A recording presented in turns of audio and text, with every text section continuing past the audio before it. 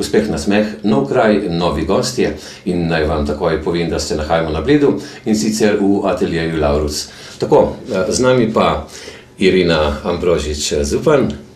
Dober dan. In pa Mojca Ogris. Dober dan. No takole, Irina, pojdimo mi v tisto leto, torej moramo povedati, da ste dobitnici tudi zlate kolajne in sicer v Italiji na prvi olimpijadi umetnosti. Bi nekoliko razsvetlili in pričeli zgodbo prav tam, torej v Padovi. Ja, že kar velikokrat povedana zgodba, namreč bili smo še čisto na koncu Jugoslavije, ko je selektor Žarko Petan izbral moja dela, da jih predstavim na prvi olimpijadi umetnosti v Italiji, v Padovi. In tam sem predstavila 10 del, za katere sem dobila zlato medaljo.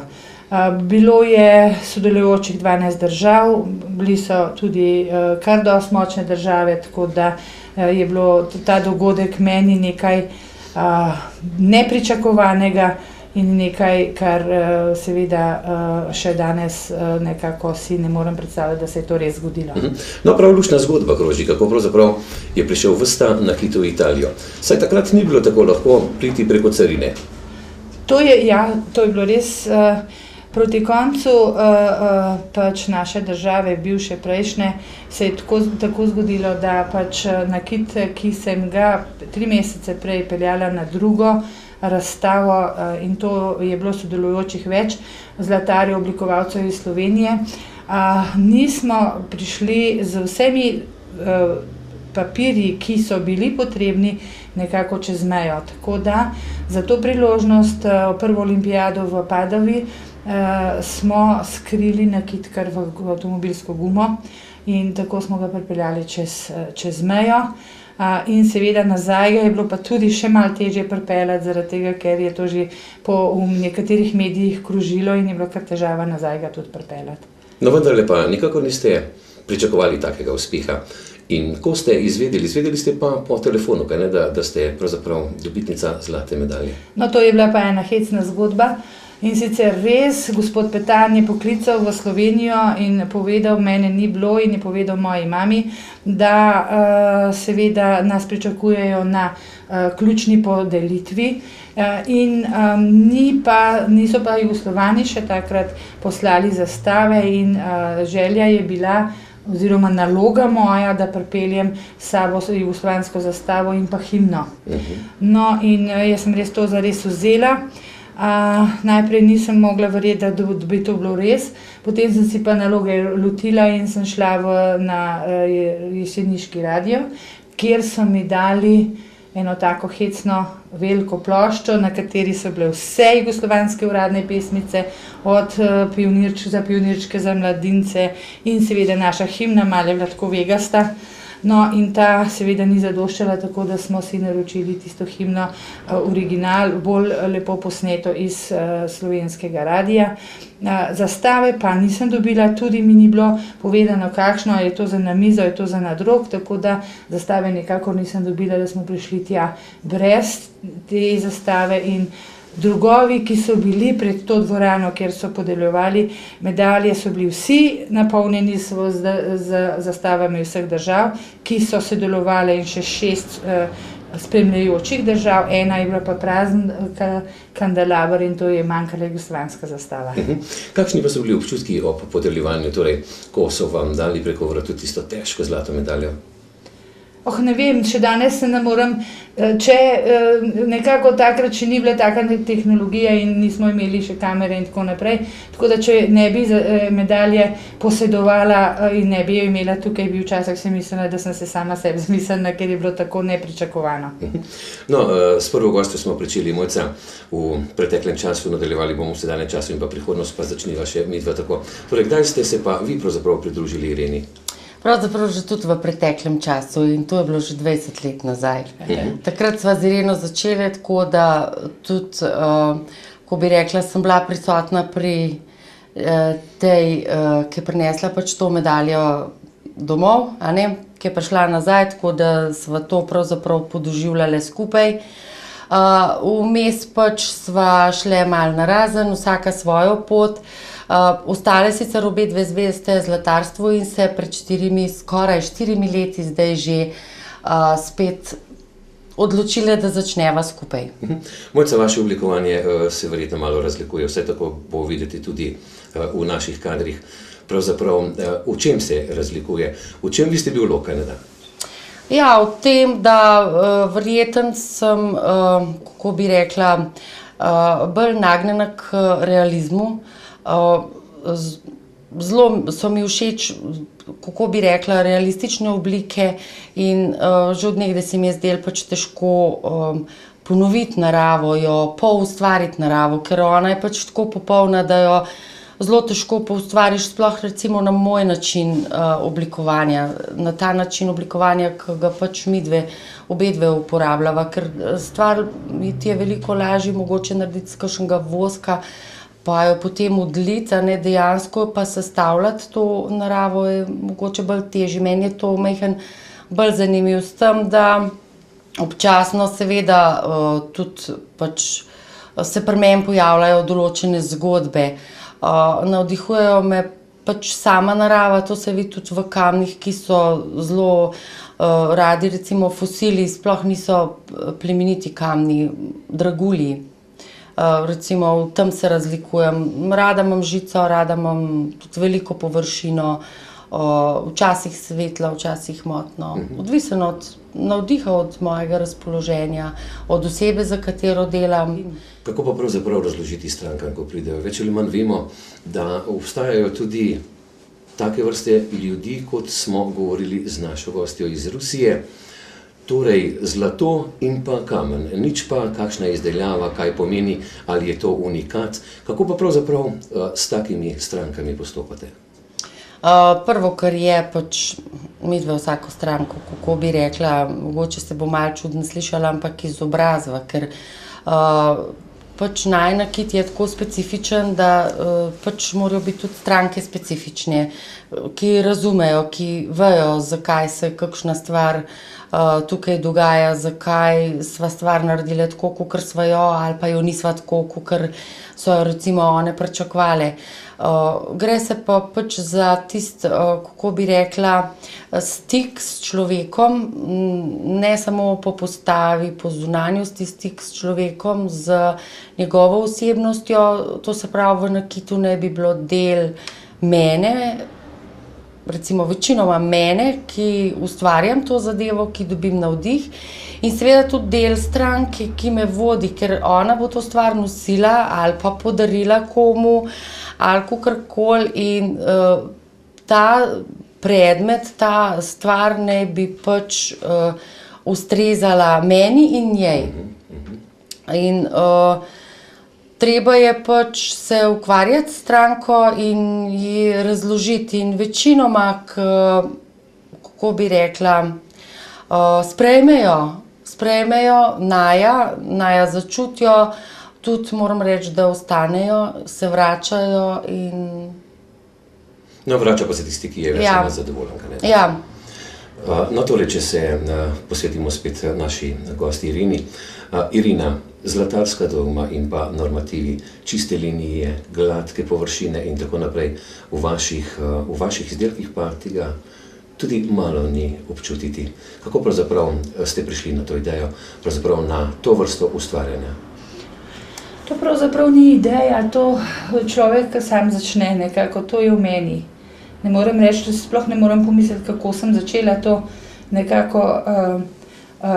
Delala sem v delavnici, ki je delala te konvencionalne oblike, recimo, ne, ampak mene je že takrat neslo, da bi pač stvari bile preluknjane, da bi izgledale kot pesek ali pa da bi izgledale kot lubje ali karkoli. Tako da nekako, seveda tudi se postopim tega, da delam kdaj kaj gladkega, če mi je ideja takšna, ne.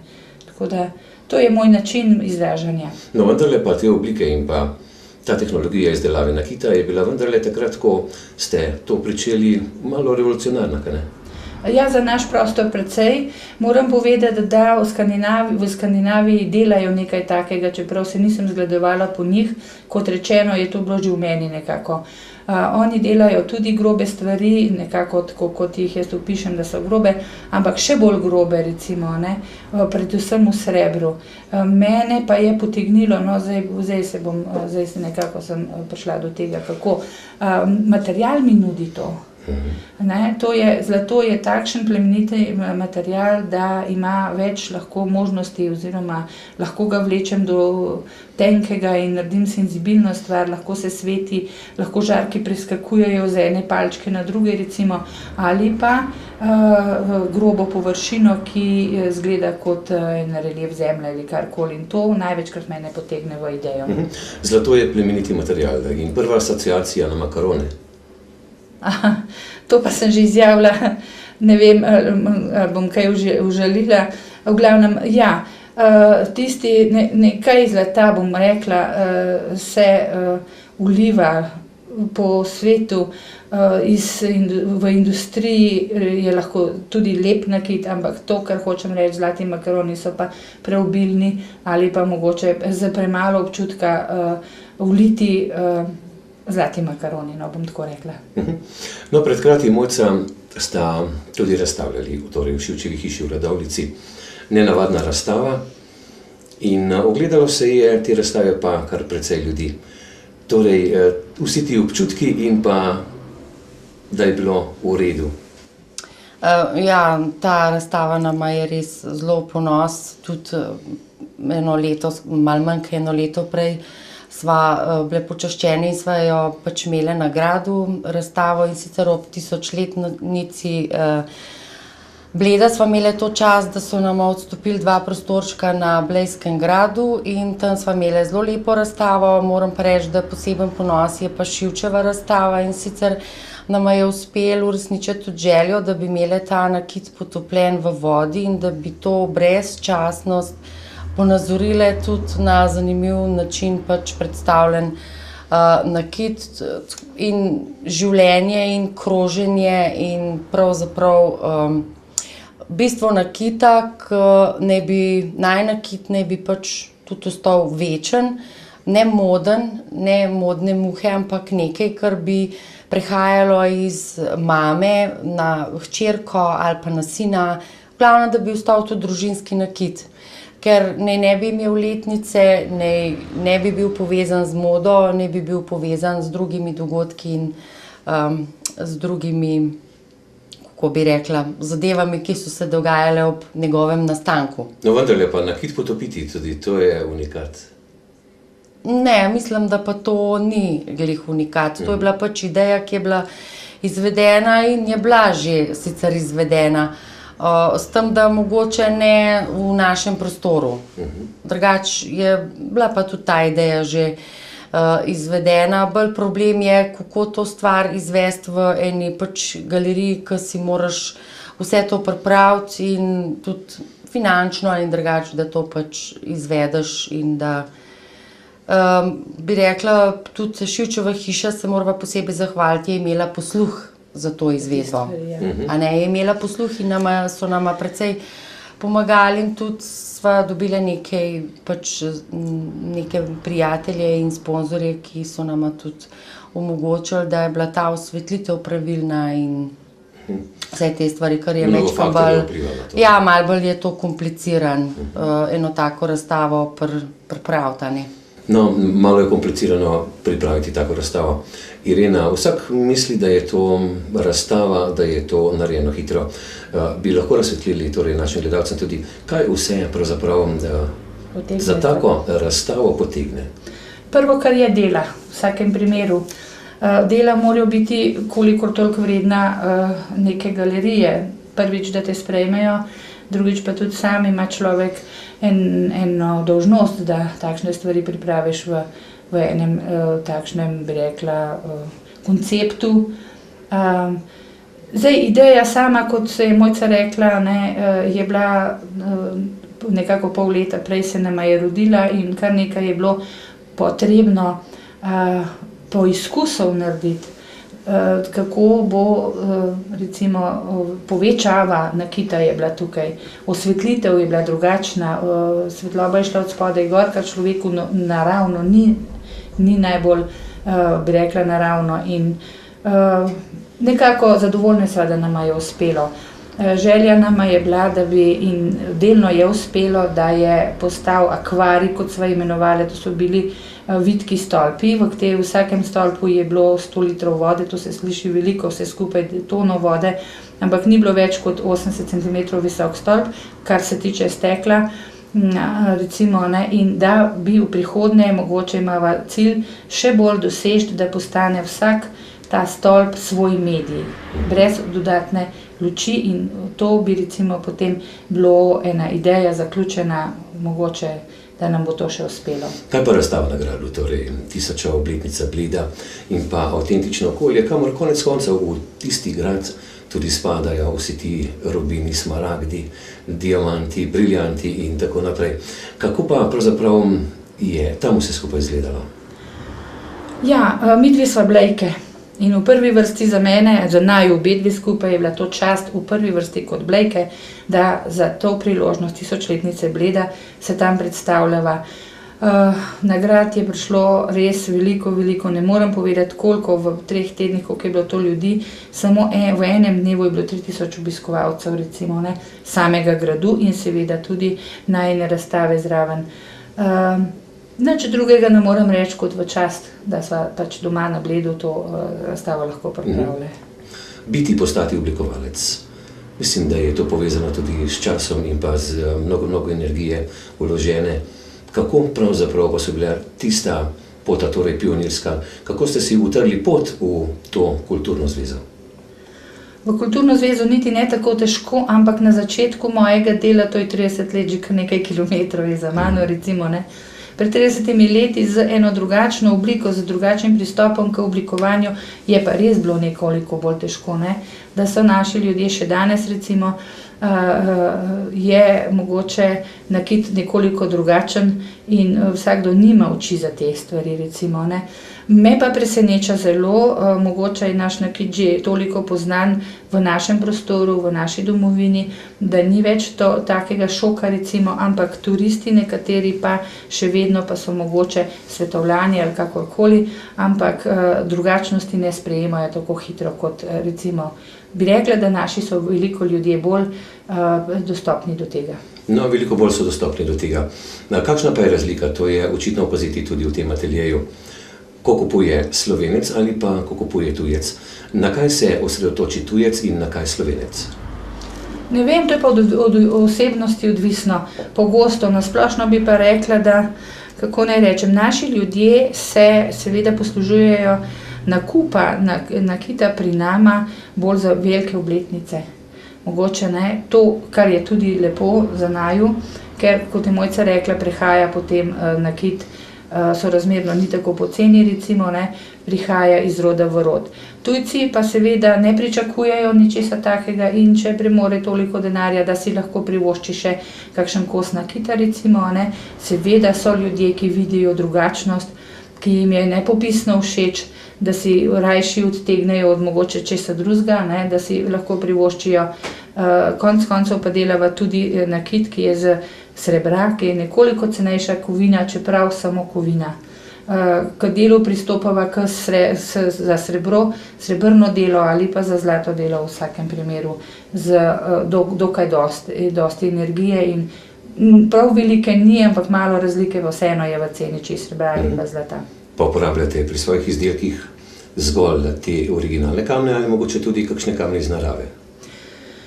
Midvi se poslužujejo marsičesa, vse, kar je naravno, če je le možno, če le imava idejo vgradiva v nakit, bodi si iz Save prot, mogoče kakšen kamenček, ki ga je kdo našel recimo na morski obali, tudi korenino sem že udelala v nakit, mogoče, jaz ne vem, kakšno tako malo poceni dragocenost, ki je iz naravnega materiala, nikakor in nikoli pa ne nobene sintetike. V redu, pa se povrnimo zopet k Mojci. Torej, Mojca, vizija novih izdelkov.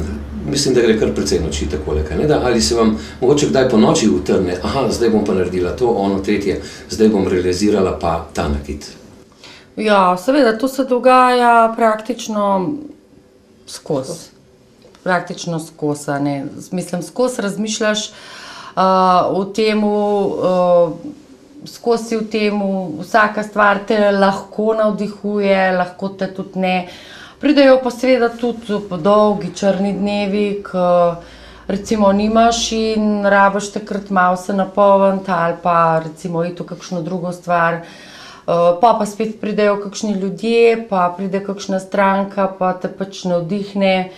To je pač tako, ne morem zdaj reči, da zdaj sem se pa odločila, pa bom naredila čisto eno, se bom zmislila čisto eno, ne vem kakšno novo zadevo. Kaj pa stranke, ko pridejo k vam, ko narekujejo svojo željo?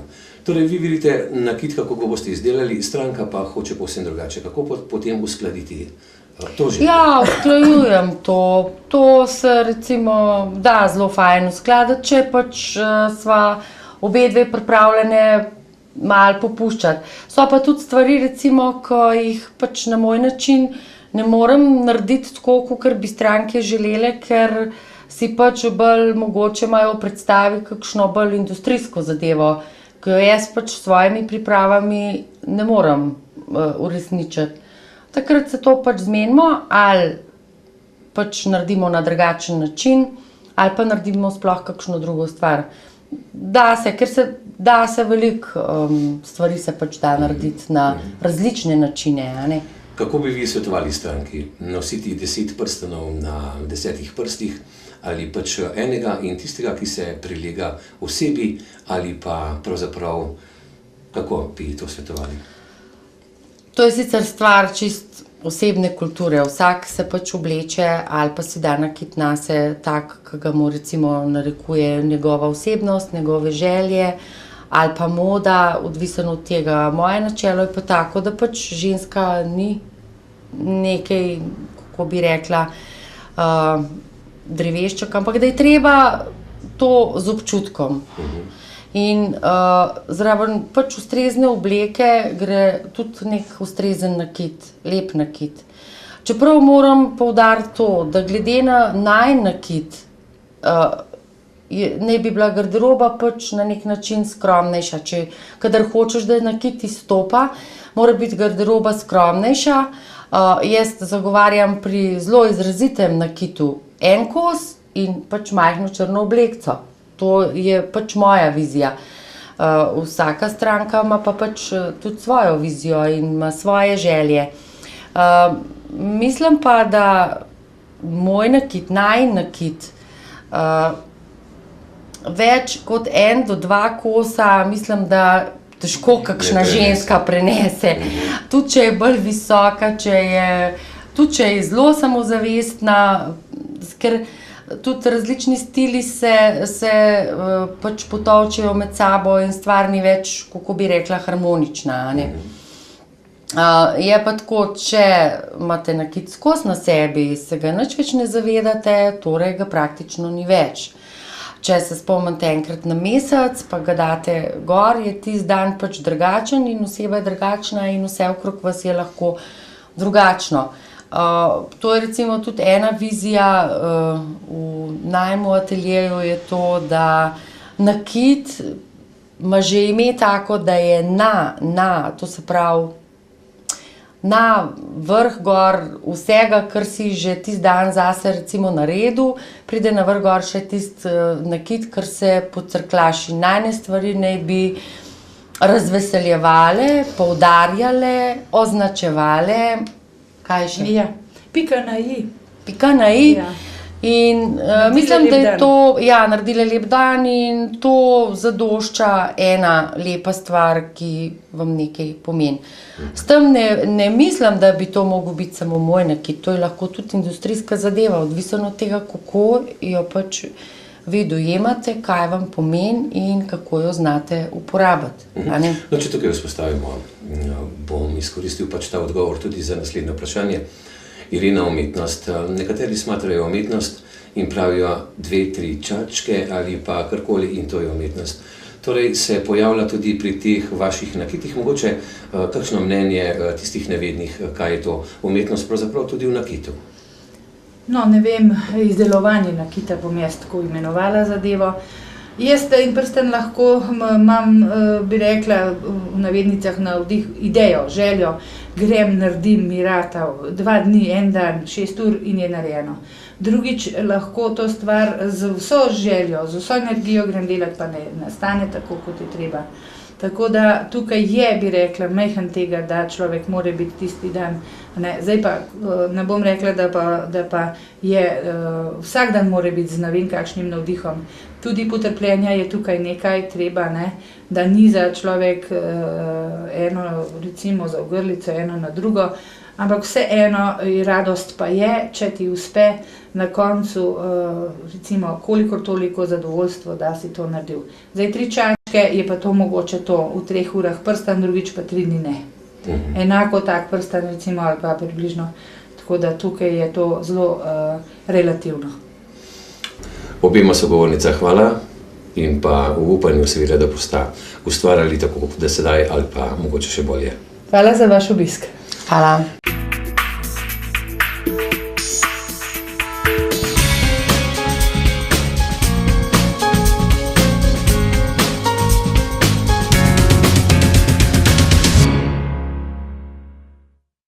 No, naj izkoristimo trenutek, ko je Atelje Laurus obiskala tudi ljubiteljica tega nakita in seveda prihaja pa čisto iz druge države, torej iz Rusije. Elena Kuzmina, sem povedal pravilno? Kuzmina, če smo že natančni. No, če smo že natančni. Torej, Elena, ruski nakit in pa slovenski nakit, bi se malo predstavili v tisto deželo, odkoder pravzaprav vi izhajate, torej občudovali ste verjetno tudi pri vas ta nakit. Kakšen je tisti nakit, ki ga lahko vidite, pravzaprav ga tudi vidimo, če obiščemo vašo rodno Rusijo in kako ta nakit izgleda? Ja, zanimivo vprašanje. V bistvu lahko bi rekla, da prva razlika med ruskim nakitom je v tem, da ves ta nakit se izdeluje v juvelirnih podjetjih. To pomeni, da ko prideš v trgovino, ti imaš na voljo samo to, kar vidiš v teh številkah, v teh oblikah, s temi kamni, ki so. Nič ne moreš spremeniti, ne po svoje, ne kako drugače. Lahko rečem recimo, da v zadnjem času, ker prej je bil pri nas nakit precej beden. Še pred 10 leti se sploh težko dobil kakšne lepe kamne, lepe oblike, nekaj takega izvirnega. Zdaj se je to precej popravilo, imamo zelo veliko lepih, dragocenih kamnov, vendar za moj okus je oblika tega nakita nekoliko preprosta. V bistvu vidiš kamen in to zlato, ki je zraven, včasih samo moteče in nič res takega lepega, nenavadnega, takega, kar recimo meni je všeč. Torej, zadeva izgleda precej industrijsko, kaj ne da? Točno to. Pravilno, ja. Tisto, kar vam ponudijo, to lahko vzamete ali pa ničesar, kaj ne?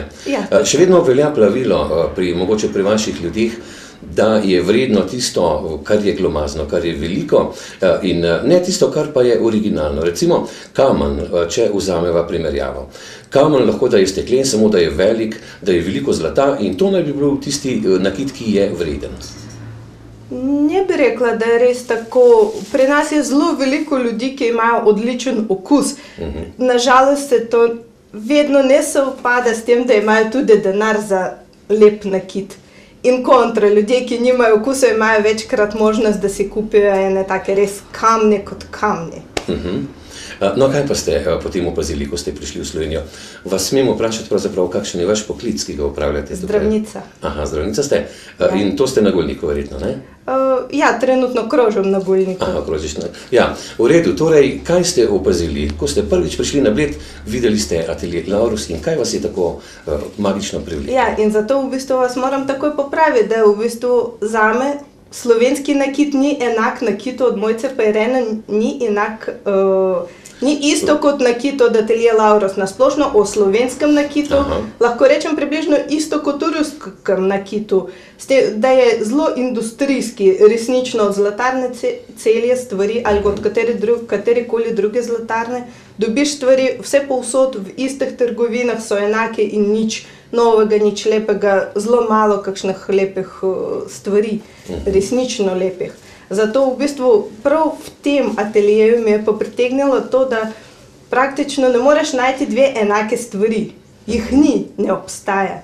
Vsaka stvar je po svojem je unikatna, vsaka stvar je umetnina. Vsaka stvar je domiselnost in, kako bi rekla, vsaka stvar je tudi delček duši. Če pogledate katerkoli kos nakita, on ima svoje ime, on ima neko razmišljanje v ozadju. In recimo, zdaj, ko malo več vem o tem, kako premišljujete in Mojca in Irena o nakitu, preden ga naredijo, koliko časa recimo lahko Irena gleda kakšen kamen in premišljuje o tem, v kakšno obliko zlata, v kaj bi ga oblikovala, to je nekaj neverjetnega in nikjer drugje tega ne boš našel. No, odlično primerjavo ste postavili. Torej, industrija v Rusiji, industrija tukaj. Vendarle pa, kot ste dejali, obstajajo pa tudi ljudje, ki to počnejo na roko, ki še vedno pripravijo ideje v glavi, narišejo, potem pa se šele zlije. Seveda vas kdaj vprašajo, kaj bi pa vam pasalo, kakšno vprašanja vam dajo tukaj, ko pridete v ta atelje, ko si izberete določen nakit. Torej, verjetno vas tudi malo pregledajo, kaj bi vam pasalo, ne? Pa ne samo pregledajo, ampak že prvič, ko sem prišla sem probala vse, kar so imeli v izložbi in vse, na kaj je padlo moje oko. In recimo s tem se je začel proces, da sem jaz začela spoznavati pač ljudi, ki delajo tukaj, Mojco in Irena, oni dve sta mene začeli spoznavati. In s tem dejansko zdaj prihajamo do tega, kako ali mi je neka stvar všeč ali ni všeč. Recimo pred nekaj časa sem naročila ene uhane in po mojem sem prišla 3krat in sem imela na začetku izdelane 4 različne variante uhanov, 4 različnih modele, ki sem jih lahko probala. Za vsak sem lahko povedala, a bi ga lahko imela tako pripognjen, a bi mogoče malo tako ali mogoče mičkan drugače. Po drugi strani mi pa tudi krasno svetujeta oni dve. In na koncu v bistvu izberem to, kar mi res paše. Včasih pa tako kot danes, grem mimo, zagledam v izložbi stvar in vem, da je moje in jo praktično ni treba spremeniti, kot da bi meni bila namenjena. Zagledate muhico in to je to. Ja, zagledam eno modno muho in to je to. In to je to. In to je že pri vas na roki. Ja. No takole, mislim, da ste prav slikovito in lepo orisali, zakaj pravzaprav prihajate v ta atelje. Tako da ste mi prav koncev ste mi olajšali nalogo. Mislil sem, da bo malo težje, ampak povedali ste več, kot sem vas v stvari tudi vprašal. No ja, vseeno, hvala lepa. Nekaj ruskega pridiha v naši slovenski televiziji bo tudi dobrodošlo. Torej, hvala lepa. Me veseli, ni za kaj, hvala vam. Irena, ti si...